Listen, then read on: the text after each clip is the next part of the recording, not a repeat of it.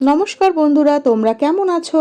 আমি খুব ভালো আছি। আমি তনুশ্রী, তোমাদেরকে নিয়ে যাব কলকাতার ইকো পার্কে। আমরা যেহেতু বাইক নিয়ে এসেছিলাম, সেই জন্য আমরা 3 নম্বর গেট দিয়ে ঢুকবো। আর যারা গাড়ি নিয়ে আসবেন তারা হচ্ছে 1 নম্বর গেটে গাড়ি রাখার ব্যবস্থা আছে। আর বাইক নিয়ে যারা আসবেন তাদের 3 নম্বর গেটেতে বাইক রাখার ব্যবস্থা আছে। মোট 4টে গেট আছে, 1, 2, 3, 4। চলুন আমার সাথে।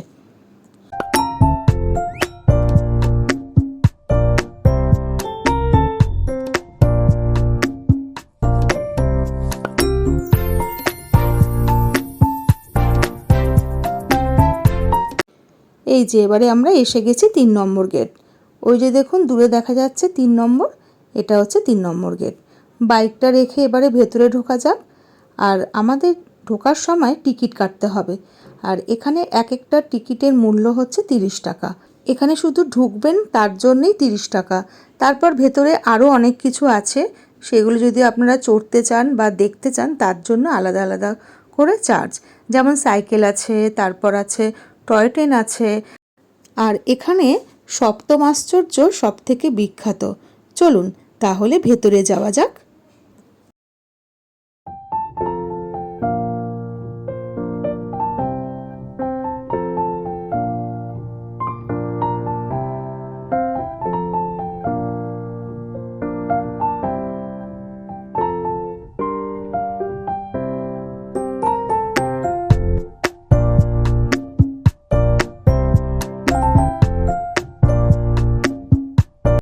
গেট দিয়ে ঢুকেই সামনে পেয়ে গেলাম ম্যাপ। এই ম্যাপেতেই দেওয়া আছে আপনি কোথায় কি দেখতে পাবেন। এই 4টে যে গেট আছে, 4টে গেট দিয়ে ঢোকাতে আপনি বুঝতে পারবেন যে কত নম্বর গেটে সামনে কি কি আছে। চলুন এবারে ঘুরে ঘুরে দেখা যাক। আর সামনে দেখেছেন কত মানুষ সব বসে আছে। যেহেতু আমি গরমের সময় গেছি। আর ওই দেখুন সাইকেল আসছে, এই সাইকেল করেও আপনি গোটা পার্কটা ঘুরে আসতে পারবেন। আর এই সাইকেলটার বৈশিষ্ট্য বুঝতেই পাচ্ছেন, যিনি পেছনে বসে থাকবেন উনিও প্যাডেল করতে পারবেন, দুজনেই প্যাডেল করতে পারবেন। আর এই সাইকেলটা আধ ঘন্টার জন্য আপনি ভাড়া নিতে পারবেন, তার জন্য আপনাকে 150 টাকা চার্জ দিতে হবে। আর এবারে আমরা চলে যাব মাস্ক পার্কে।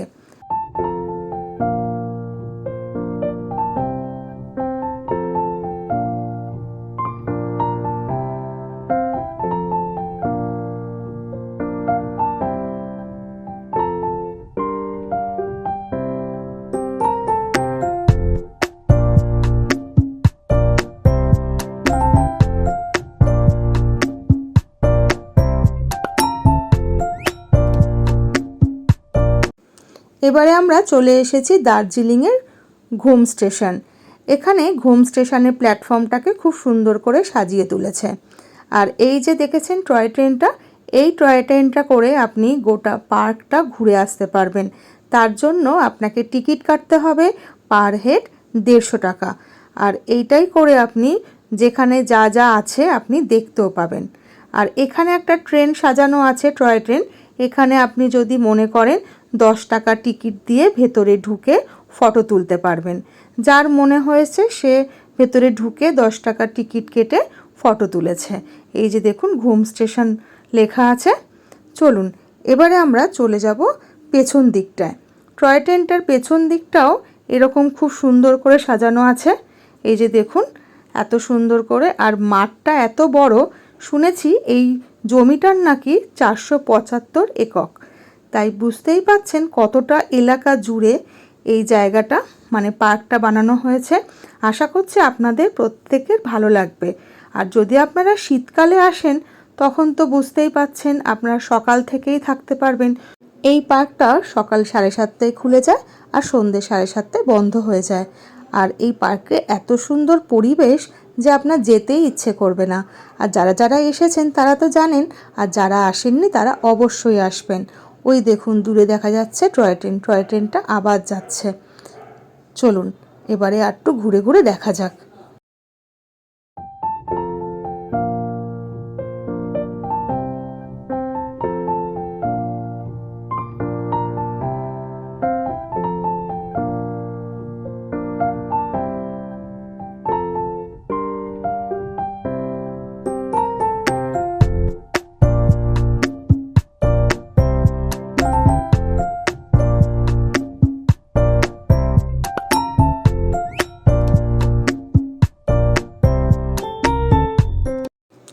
আর ওই দেখুন দূরে দেখা যাচ্ছে সেটা হচ্ছে চিলড্রেন্স পার্ক। গোটা পার্কটা এত সুন্দর করে সাজানো যে বড় ছোট সবাই খুব আনন্দ উপভোগ করছে। আর যারা যারা এসেছেন তারা তো জানেন এই পার্কটা কতটা সুন্দর। আর যারা আসেননি তারা কিন্তু অবশ্যই আসবেন আপনাদের পরিবারের সব সদস্যদের সঙ্গে নিয়ে। আর ছোটদের তো অবশ্যই নিয়ে আসবেন, কেন ছোটরা কিন্তু খুব মজা করবে। চলুন আমরা এবার চলে যাই যেখানে সপ্তম আশ্চর্য আছে। এই যে দেখুন ট্রি হাউসটা, যেহেতু আমরা অনেকটা সন্ধ্যের সময় এসেছিলাম তাই আর ওপরে উঠলাম না। আর গাছটা দেখেছেন কি সুন্দর চুলের মতন ঝাঁকড়া হয়ে উঠেছে। চলুন এবারে আমরা সপ্তম আশ্চর্যের দিকে যাই। এখানে আমাদের 30 টাকা করে টিকিট কাটতে হবে, মানে মাথা পিছু 30 টাকা। চলুন টিকিট কাউন্টার থেকে টিকিট কেটে এনে এবারে ভেতরে ঢোকা যাক।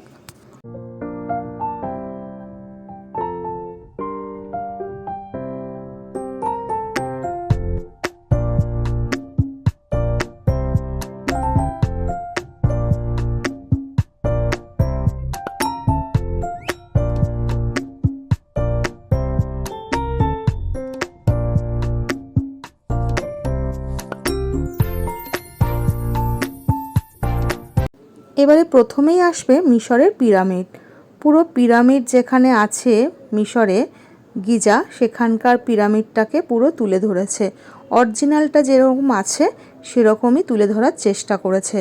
এখানে প্রত্যেকটা যে পিরামিড দেখতে পাচ্ছেন এটা কিন্তু পুরো ফাইবারের। আর এত সুন্দর করে হাতের কাজ করে ফুটিয়ে তুলেছে যে মনেই হবে যেন একটা আপনি মিশরে চলে এসেছেন। চলুন ভেতরটাতে ঢোকা যাক।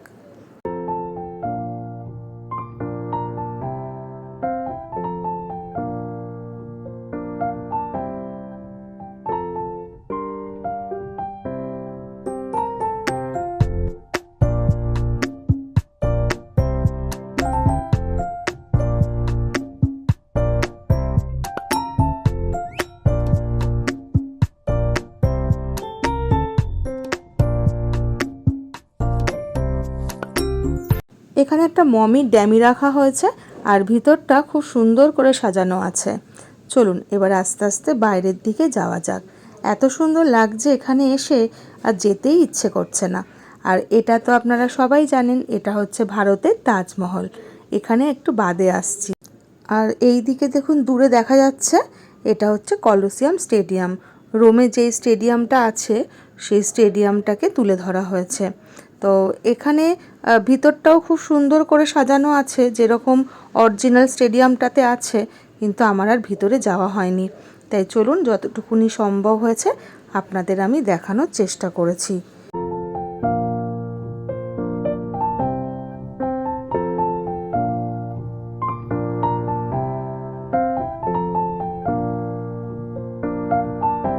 এবারে চলে এসেছি যেখানে ভারতের তাজমহল আছে সেইখানে। এটাও সপ্তম আশ্চর্যের মধ্যে আর একটা আশ্চর্য। আর এত সুন্দর করে সাজিয়েছে যেরকম অরিজিনাল তাজমহলের সামনে ফোয়ারা দিয়ে সাজানো আছে সেরকম। চলুন ভিতরটায় যাই আর দেখুন পুরো সেরকমই চেষ্টা করেছে। আর এইটা টোটালটা হচ্ছে ফাইবারে। এই জায়গাটার নাম দিয়েছে মোয়াই। যেখানে অরিজিনালটা আছে সেটা হচ্ছে স্টোন হেড বা মোয়াই নামে খ্যাত। ইস্টার আইল্যান্ডে এটা আছে। এটাও খুব সুন্দরভাবে সাজিয়েছে। এটাও সপ্তম আশ্চর্যের মধ্যে একটা আশ্চর্য, কিন্তু এখন যেহেতু অনেক পরিবর্তন হয়েছে, আরও অনেক কিছু অ্যাড হয়েছে, তাই সপ্তম আশ্চর্যের মধ্যে এটাকে এখন বাদ দিয়েছে। তাও এটা যেহেতু আগে থেকে তৈরি হওয়া ছিল সেই জন্য এটা রাখা আছে। আর এটা হচ্ছে ক্রাইস্ট দ্য রিডিয়াম। আপনারা অনেকেই জানেন যেটা ব্রাজিলে আছে ক্রাইস্ট দ্য রিডিয়াম। এটাও অনেক বড় একটা স্ট্যাচু। এটার উচ্চতা হচ্ছে টোটাল দেখতে গেলে যেখানে আছে সেটা হচ্ছে 125 ফুটের, আর 26 ফুট হচ্ছে নিচের বেড়িটা, আর ওপরে যেটা আছে সেটা হচ্ছে 98। তাই এটা অনেক বড় একটা যীশুখ্রিস্টের একটা মূর্তি। চলুন এবারে চলে এসেছি পেট্রাতে। পেট্রা আছে জর্ডানে। আর যেখানে অরিজিনাল পেট্রা আছে সেখানে হচ্ছে পাথর কেটে সেখানকার ঘর বাড়ি সব তৈরি হতো। আর শহরটা খুব সুন্দর করে পাথর কেটেই বানানো হয়েছে। চলুন, এখানেও যেরকমভাবে সাজানো আছে এটাও খুব সুন্দর লাগছে।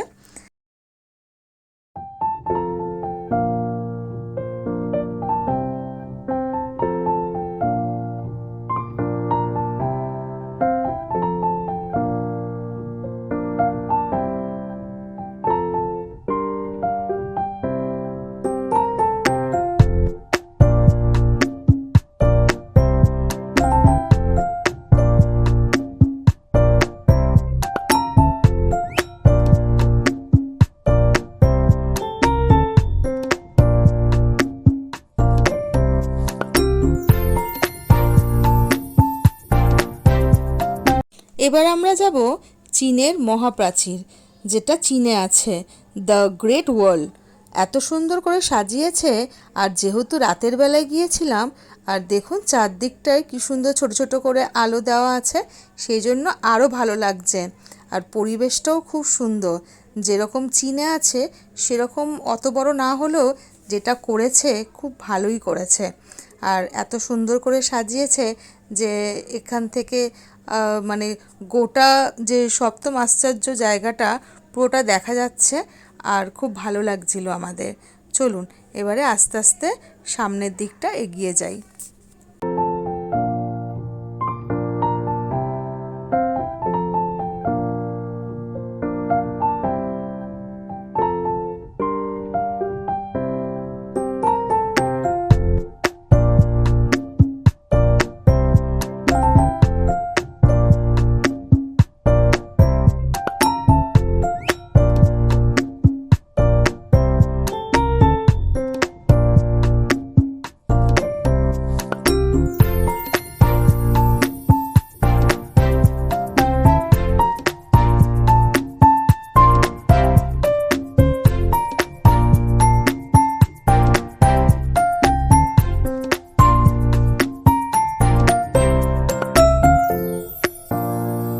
এবারে আমাদের শেষমেশ সপ্তম আশ্চর্য দেখা কমপ্লিট হলো। আর এই দিকে হচ্ছে আগেই দেখিয়েছিলাম রোমের কলোসিয়াম স্টেডিয়ামটা। চলুন আর একবার আপনাদের ভালো করে দেখিয়ে দিই। আর ভিতরটা যেহেতু আপনাদের ঘুরিয়ে দেখানো গেল না, তাই পরের বার যখন আসবো অবশ্যই দিনের বেলায় আসবো, আর আপনাদের গোটা স্টেডিয়ামটার ভিতরটাও দেখাবো। আর তার আগে যদি আপনারা চলে আসেন, অবশ্যই আপনারা আমাকে কমেন্ট করে জানাবেন ভিতরটা কতটা সুন্দর। চলুন, আর এই দিকে তাজমহল আছে, আর এই দিকে ঠিক অপোজিটেই আছে কলোসিয়াম স্টেডিয়ামটা। চলুন আস্তে আস্তে এবারে বেরানো যাক। আর ডান দিকে আছে মিশরের গিজা পিরামিড, আর দূরে দাঁড়িয়ে আছে আমার হাজব্যান্ড গেটের সামনে। ভাবছি আর কত ভিডিও করব, আমি হাতে ব্যাগটা নিয়ে আর হেলমেট নিয়ে দাঁড়িয়ে আছে, কতক্ষণে আমি যাব আর বেরোবো। চলুন, এবারে অনেকটা হয়ে গেল রাত্রি। আর দূরে দেখা যায় বাটারফ্লাই গার্ডেন। এই গার্ডেনটা যেহেতু রাত্রি হয়ে গেছে বন্ধ হয়ে গেছে, আমরা ভিতরে যেতে পারিনি।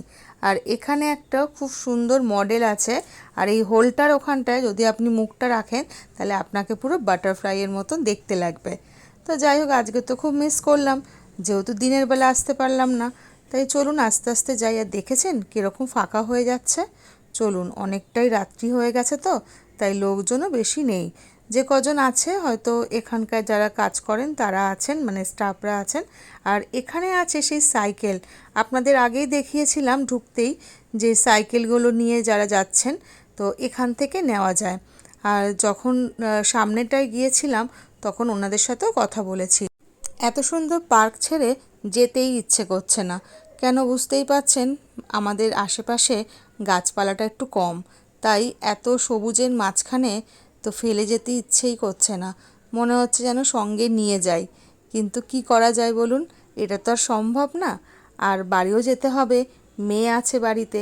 আমার মেয়েকে আর নিয়ে আসিনি, ও অনেকবার ওর মামা আর মামির সাথে এসেছে, তাই বলল মা আমি আজকে আর যাবো না।